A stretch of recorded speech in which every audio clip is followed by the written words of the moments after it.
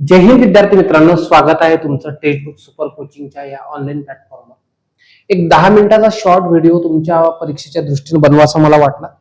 ठीक आहे, की ग्रुप सी परीक्षेची तयारी कशी करावी आणि या परीक्षेमध्ये केवळ पास होणं गरजेचं नाही, तर चांगल्या गुणांसह पास होणं काय इम्पॉर्टंट आहे या गोष्टीवर आपल्याला बोलायचं आहे.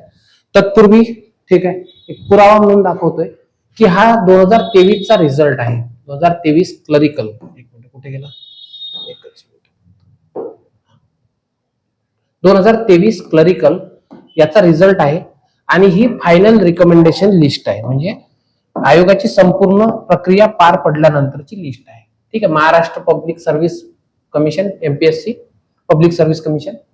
त्याच्यानंतर ही इलिजिबल फॉर रिकमेंडेशन, ठीक आहे, शिफारस पात्र आहे. आणि additional commissioner tribal development Amravati, upper आयुक्त आदिवासी विकास कार्यालय, याची जनरल मेरिट लिस्ट आहे, फायनल लिस्ट. हे 2 नंबर तुम्हाला माझं नाव दिसतंय, पवन चंद्रशेखर भारसाकडे. ठीक आहे, आणि ओबीसी मधून पण माझा रिझल्ट हा तुम्हाला ओबीसी जनरल 2 मधून दिसतोय. मला यावेळेस 249 मार्क्स होते. ठीक आहे, आणि हा जो पहिला कार्यकर्ता होता याने ही पोस्ट जॉईन केली नव्हती. ठीक आहे, आणि मग मी ही पोस्ट जॉईन केली होती.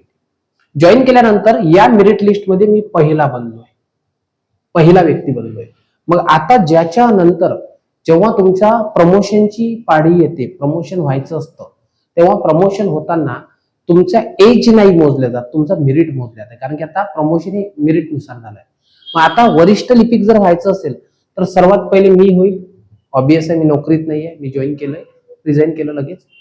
त्याच्यानंतर मग हा कार्यकर्ता होईल, मग हा कार्यकर्ता होईल, मग हा कार्यकर्ता होईल, मग हे होईल, हे होईल, हे होईल, हे होईल. म्हणजे बघा, वरिष्ठ लिपिक जर व्हायचं असेल, प्रमोशन पुढे कोणतंही प्रमोशन व्हायचं असेल तर मेरिट नुसार होत असतं, एक लक्षात ठेवा. म्हणजे याची शेवटपर्यंत क्लास 2 पर्यंत जे सगळे आहेत हे मेन्स होतं. म्हणून तुम्हाला यामध्ये काय गुण घेणं महत्वाचं आहे, सर्वात महत्वाचं. ठीक आहे, मग सर असं जर करायचं असेल तर आम्हाला सांगा किमान पॉलिसी कशी असली पाहिजे, किमान अभ्यासाची पॉलिसी कशी असली पाहिजे. तर किमान अभ्यासाची पॉलिसी अशी असली पाहिजे बाळांनो. पहिला मुद्दा असा आहे की तुम्हाला ना सिलेबस प्रॉपर माहित असला पाहिजे. लक्षात ठेवायचं, जर कुठेही जायचं असेल, तुम्हाला सिटीमध्ये एखाद्याचं घर शोधायचं असेल तर तुम्हाला प्रॉपर पत्ता हवा असतो की येस पवन सरांच्या घरी जायचं आहे. पवन सरांच्या घरी जायचं असेल तर ही अपार्टमेंट आहे, हा मजला आहे, ही कॉलनी आहे, हा लँडमार्क आहे. हे माहित असल्याशिवाय तुम्ही प्रॉपर ठिकाणी पोहोचू शकत नाही. सो सिलेबस हा पेपर सेटरचा आरसा असतो, कारण की तो त्या आरशात बघून पेपर सेट करत असतो. नंबर 2, सिलेबस संपूर्ण झाला की तुमचा जो कॉन्फिडन्स आहे, हा कॉन्फिडन्स जो आहे, ठीक आहे, हा कॉन्फिडन्स तुम्हाला हाय दिसतोय. बघा, ज्या पोरांचा सिलेबस पूर्ण वाचून झालाय ते एकदम कॉन्फिडन्स मध्ये बोलतात की यस माझा सिलेबस झालाय, मी पेपरला अटेम्प्ट करेन. जर तुमचा सिलेबस कंप्लीट झाला तर तुमचा नंबर ऑफ अटेम्प्ट जो असतो, हा नंबर ऑफ अटेम्प्ट हा एकदम वाढून जातो. तिसरा महत्वाचा मुद्दा म्हणजे की यानंतर, ठीक आहे, यानंतर हे सिलेबस कंप्लीट असल्यानंतर तुम्हाला सर्व पीवायक्यूज हे तुम्ही इझिली सॉल्व्ह करू शकता. आणि सर्वात महत्वाचं आहे की इथं तुमचा चांगला स्कोर पण बनतोय. सो मी सर्वात बेस्ट काय केलं होतं, मी सिलेबस हा प्रॉपर वाचून गेलो होतो. मला माहिती होतं की पेपर 1 जो आहे, जो इंग्लिश मराठीचा असतो, पेपर 1 याला मी ठरवलं होतं की मला 80+ गुण आले पाहिजे, जे की मी आणले. आणि पेपर 2 हा आता जीएस पेपर बनलाय, त्याच्यामुळे जर खूप कठीण आला तर मग इथं 50च्या वर सुद्धा मार्क्स जाऊ शकत नाहीत. सो असं होतंय. सो त्याच्यामुळे याचं टार्गेट 60+ ठेवायचं. सो अशा प्रकारे जर तुम्ही 240 म्हणजे 60 आणि हे 180, 80 आणि 60 140, 140 इंटू 2 280 टार्गेट ठेवलं तर मग तुम्हाला एक्साइज पीएसआय सरळ भेटू शकते, सरळ भेटू शकते. ते डिपेंड करतं की दरवर्षी कोणत्या कंडिशन आहे. मी अभ्यास करताना काय करायचो तर बघा, मी माझा मोस्टली अभ्यास केला डिस्कशन मध्ये. मी ज्या ज्या ऑफलाईन इन्स्टिट्यूटवर शिकवलं त्या पोरांना माहिती आहे, मी सर्वात जास्त लक्ष द्यायचो ते म्हणजे डिस्कशनवर. मी पोरांचे ग्रुप डिस्कशन तयार करायला लागायचो, कारण की ग्रुप डिस्कशन मध्ये ना अँगल क्लिअर होतात सगळे. सो काय करायचो, मेनली मला इंग्लिशची ओकॅप करायची असेल तर मेनली इंग्लिशची ओकॅप मी काय करायचो, डिस्कशन मधून करायचो. नंबर 2, मला मराठीचा शब्दार्थ करायचा असेल तर मी ग्रुप डिस्कशन मधून करायचो. याचा मला खूप फायदा झाला, कारण की मी बोलून दाखवायचो, कोणतरी ऐकायचं आणि त्याच्यात ट्रिक्स तयार व्हायच्या आणि मग हसत खेळत आम्ही ते तयार करायचो. कधी कधी इतक्या घाणेरड्या ट्रिक्स असायच्या की ते सांगताना पण लाज वाटायची, पण आपल्याला मार्क्सची मतलब. हा मी सर्वात पहिले केलं. दुसरा महत्वाचा मुद्दा हा केला की मी काय केलं, जी PYQ आहेत आयोगाची, मी झिरो एरर नावाचं पुस्तक वापरायचो. ठीक आहे, झिरो एरर नावाचं. या पुस्तकाचा खूप फायदा होतो, कारण की या पुस्तकामध्ये ठीक आहे, पहिले तरी चुका होत्या, मी जी एडिशन वापरलं, पण आता नावाप्रमाणे झिरो एरर असावं. मी हे काय केलं होतं, मी हे सगळे ऍट ए टाइम 10-10, 12-12, 13-13 वेळा एक एक PYQ 15-15 वेळा करून गेलो. याचा फायदा असा झाला की 40% पेपर रिपिटेशन असतो, मग तो प्रश्न दिसल्याबरोबर उत्तर काढतो. त्याच्यामुळे काय होतंय, वेळ वाचतो आणि पुढच्या प्रश्नाकडे मूव्ह व्हायला, विचार करायला प्रश्न हे पडत नाही. ठीक आहे, काही मी ज्या ट्रिक्स टेक्निक्स आहेत त्या डेव्हलप केल्या होत्या. जसं इंग्लिश पेपरमध्ये मी नेहमी सांगत असतो, इंग्लिशच्या पेपरमध्ये जर 3 प्लुरल असतील आणि एकच सिंग्युलर असेल, 3 प्लुरल शब्द आहेत आणि एकच सिंग्युलर आहे, तर हे त्याचं उत्तर असतं. म्हणजे इथं काय दिलं आहे, इथं दिलं आहे समजा, ठीक आहे, इथं डू दिला आहे, इथं वर दिला आहे, ठीक आहे, इथं त्यानंतर असं समजू आपण की आणखी एखादा शब्द दिलाय कोणता तरी, समजा असा प्ले दिला आहे, प्ले, आणि इथं फक्त डस दिलाय, तर मी ओळखून जायचो हा प्लुरल, हा प्लुरल, हा प्लुरल, म्हणजे उत्तर हेच असेल. मी अशा काही ट्रिक्स टेक्निक गोळा केल्या होत्या. आणि सर्वात महत्वाचं, सिलेबसला 100% कव्हरेज दिलं होतं. जोपर्यंत तुम्ही सिलेबसला 100% कव्हरेज देणार नाही, तोपर्यंत तेही शक्य होणार नाही. सिलेबस तुमच्या डोळ्यासमोर आहे, तुम्ही त्याला ते बघू शकता. दुसरा महत्वाचा मुद्दा, ठीक आहे, थोडा कमी कुठं पडतोय, म्हणजे मी माझ्या आतापर्यंतच्या MPSCच्या आयुष्यात मी सर्वात कमी पडलोय बी फ्रँक सायन्स मध्ये. कारण की सायन्सची माझी गट्टी जमलेली, कारण मी कॉमर्स बॅकग्राऊंडचा आणि सायन्सचा फोबिया तयार झाला, त्याच्यानंतर मी वाचलंच नाही. ठीक आहे, त्याच्यानंतर थोडस मॅथ्स अँड रिझनिंग हा माझ्यासोबत न्याय करत नाही, पण आता तुम्हाला यांच्यासोबत गट्टी करावी लागेल, कारण की इथे तुम्हाला 44 मार्क्स, 44 किंवा 40 मार्क्स इतकं वेटेज आहे. म्हणून तुम्ही बघा, जे पोरं सरळ सेवेवरून डायरेक्ट ग्रुप सी वर शिफ्ट झाले, त्यांची प्रिलिमचे रिझल्ट सहज येऊन झाले. प्रिलिम्स आणि मेन्स मध्ये याचा वेटेज खूप वाढला आहे. सो याला प्रॉपर करा. ठीक आहे, स्टॅट्स नावाचा आहे, आता ऑड सब्जेक्ट आहे. मी सर्वात पहिले फायदा काय करून घेतला, मी ऑड सब्जेक्ट हे करून घेतले. मला माहितीये पोरांना मेन्सच्या वेळेस ऑड सब्जेक्टला सोडून देतात. का सोडून देतात सांगतोय. एक कायदा आहे ज्याला आपण RTI आणि RTS म्हणतोय, हे कायदे आहेत, याला सोडून देतात. पोरांना काय वाटतंय, 3 क्वेश्चन आहेत, कुठे फुटाणा करतं. ठीक आहे, दिलं पोरांनी सोडून.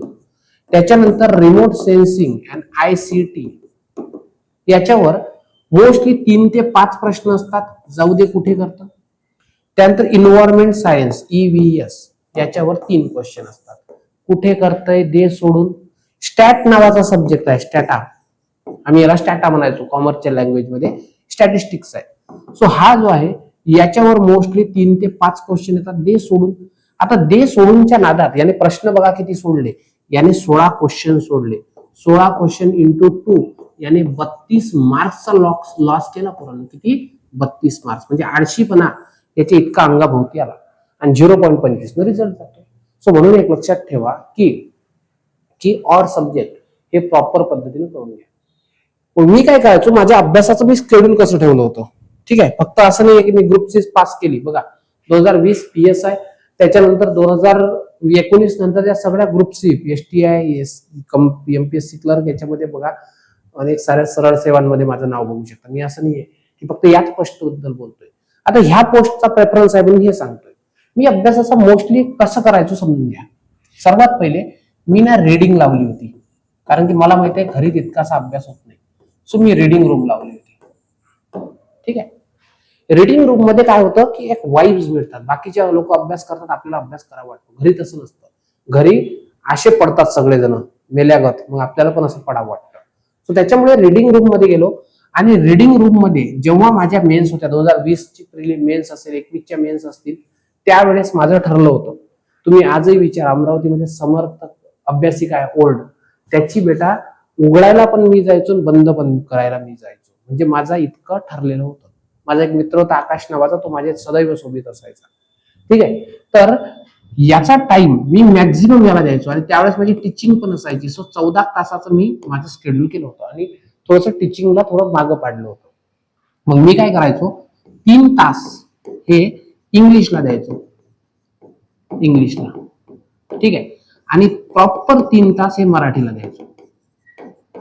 यामध्ये मग पीवायक्यू सॉल्व्हिंग आलं 2 तास, म्हणजे 1 तास वाचलंय पीवायक्यू सॉल्व, 1 तास वाचलंय पीवायक्यू सॉल्व, 1 तास वाचलंय पीवायक्यू सॉल्व, असं प्रॉपर 3 तासात आणि 3 तास 6 तास याला द्यायचो.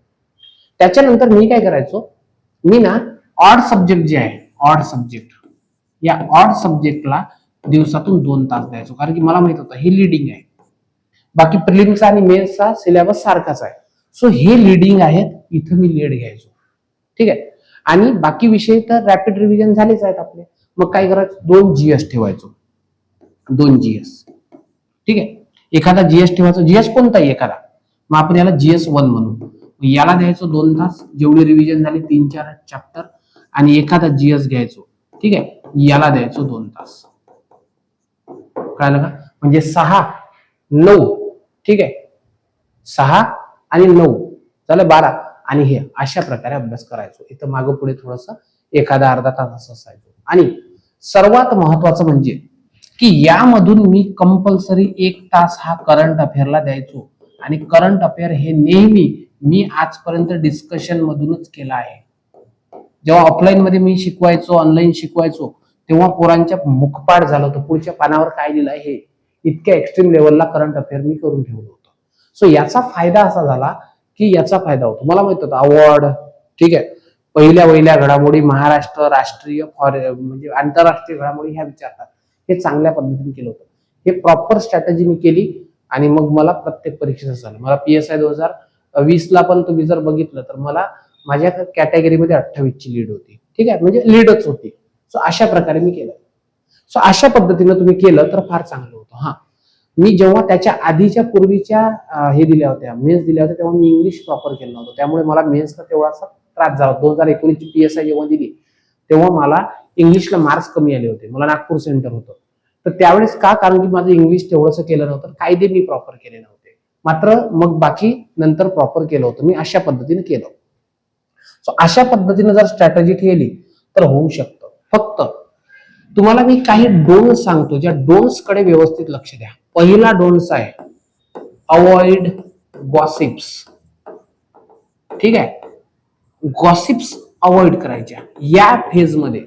नाहीतर का ममता दिदी हरली, तिकडे मोदीजींनी मशीन हॅक केल्या असेल, विजय थलपतीला हे शोभते का, तो हिरो होता, त्यानं कशाला राजकारणात यायला पाहिजे होतं, स्टॅलिनचं चुकलं असेल, काय करावं लागतं, ते अब्जाने इस्टेट कमवून राहिले, आपला तंबाखाचा खर्च हा बापाच्या भरोश्यावर चालू आहे, कुठे लक्ष घालता सांगा बरं. सो गॉसिप जे आहेत ह्या गॉसिप्स अवॉइड करायच्या. नंबर 2, दलिंदर आत्मा ज्या असतात, जे नेगेटिव्ह वाईब्स वाले लोक असतात, ठीक आहे, या नेगेटिव्ह लोकांपासून जे पीपल आहे यांना अवॉइड करायचं. नंबर 3, तिसरं अवॉइड करायचं सोशल मीडिया. मला सोशल मीडिया मी डायरेक्ट अकाउंट डिलीट करून टाकायचो. ग्रुप लेफ्ट झाला आणि एखादी सोबत चॅटिंग नाही केली तर मरत नाही, ठीक आहे, परीक्षेनंतर ते येतेच, कळालं का, उलट आवडीने येते पास झाल्यानंतर, ठीक आहे. सोशल मीडिया अवॉइड करायचा. नंबर 4, ठीक आहे, नंबर 4 सर्वात महत्वाचं ते म्हणजे टाइमपास ऑन चायची टपरी, हे अवॉइड करायचं. एवढं जर केलं, ठीक आहे, झालं तर तुमचा ओके आहेत गोष्टी. आणि डूज कोणते असले पाहिजे, पहिला डूज असला पाहिजे एक, जेवण वेळेवर, कारण की खाली पेट युद्धही हरल्या जातंय. तुम्हाला माहिती आहे, पानिपतचा इतिहास डोळ्यासमोर आहे सर्वांच्या. नंबर 2, झोप व्यवस्थित, ठीक आहे. गर्लफ्रेंड बॉयफ्रेंडला सांगायचं, बाई 1 महिना भांडू नको, 1 महिना आहे, त्याच्यानंतर आयुष्यभर भांडणच आहे, कळालं का. सो ते झोप व्यवस्थित घ्यायचं. Number 3, any how syllabus complete plus PYQ solve plus 4, ठीक आहे. आयोगाचे पेपर्स 2018 ते 2025 हे पेपर्स आहेत, हे पेपर्स प्रॉपर सॉल्व करायचे, कळालं का.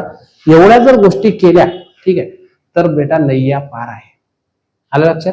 सो ह्या पद्धतीनं करा, काहीही कुठेही काहीही होणार नाही, रिझल्ट तुमचा असेल. फक्त PYQ जेवढे सॉल्व्ह होतील तेवढे सॉल्व्ह करा. ठीक आहे, हे झालं एवढं. जर आता तुमचा काही अभ्यास शिल्लक राहिला असेल तर बाळांनो लक्षात ठेवा, ठीक आहे, काही अभ्यास जर तुमचा शिल्लक असेल तर ना आपण तुमच्यासाठी एक बॅच घेऊन आलोय. ठीक आहे, आता मी हे कॉम्बो का बनवले समजून घ्या. पहिली गोष्ट तर पैसा कमवणे हा हेतू या बॅचचा नाही, कारण की मेसच्या बॅचची फीस हे हजारो रुपये असते.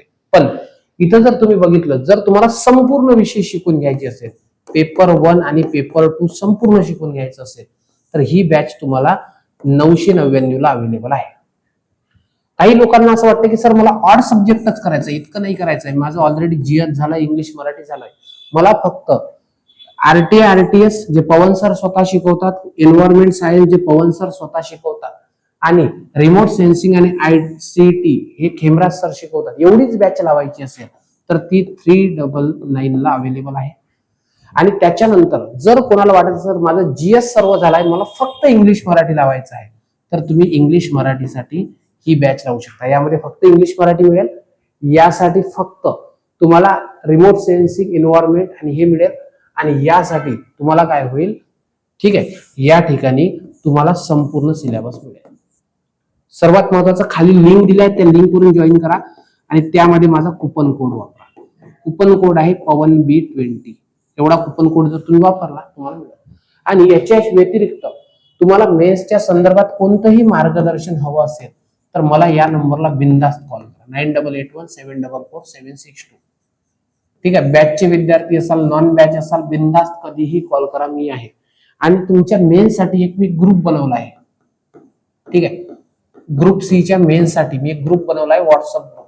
त्या ग्रुपला तुम्ही अटॅच राहा. ठीक आहे, जेणेकरून मी तुम्हाला गाईड करू शकेन. या नंबरला मला मेसेज करा. ठीक आहे, ग्रुप C मेन्स असेल, या तुमचं नाव लिहा, मी तुम्हाला ऍड करतोय.